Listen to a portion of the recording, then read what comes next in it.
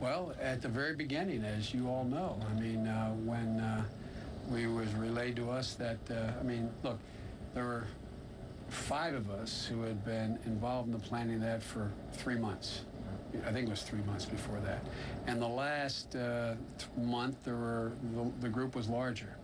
So we literally, the president and I, knew every single operational move. I mean, it wasn't like we were generically informed. We knew the helicopter A was supposed to land here, helicopter B here, so-and-so's get out here. And when the first 2 things didn't occur, the first thought was, oh, God. But the adaptability of these guys was astounding.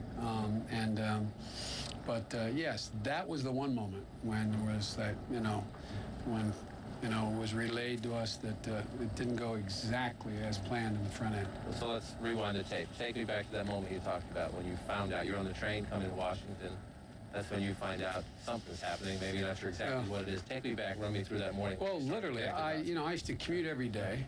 I got in the train. I was leaving. I took the early train. My wife was leaving the school to teach school. She called me on my cell just around Aberdeen, Maryland, which is before Baltimore, and said, Joe, my God, my God, Joe, a plane just flew right into the World Trade Tower. What do you think that means? And I said, honey, I don't know. And then she said, okay. And she said, I got to get ready.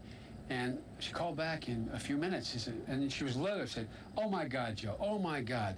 There's a plane, it's running right, oh my God, it ran right into the second tower. And I said, honey, this is a big problem, man. This sounds coordinated. And with that, by that time, other people started getting calls on the train. But we went into the Baltimore tunnel, so you lose the coverage as you go into the tunnel there. By the time I came out, there was I had everybody in the train. I knew all this. Coming up, Senator, what's going on? What happened? And I said, I'm not sure, And I said, we all were listening we were making calls. I got off the train. I walked out of Union Station. I could see off to in my case, 1 o'clock, and this big plume of smoke. It was the Pentagon. And everybody was saying, well, it's a car bomb. It's a truck bomb. No one knew what it was. And then we got up, and everybody had been evacuated from my office. I went in to make sure everybody was out. And we were standing out there in that park alongside the Russell office building. And I said, we ought to go back into the Senate. I mean, I don't think it looks good, us leaving the Senate.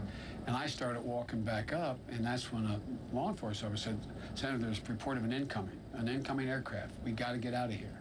And it was just, it was almost unbelievable. And, you can appreciate. That's why I said of President Bush today. I mean, imagine being president, having that news given to you and having to react and trying to compute all this and figure exactly where to go. I mean,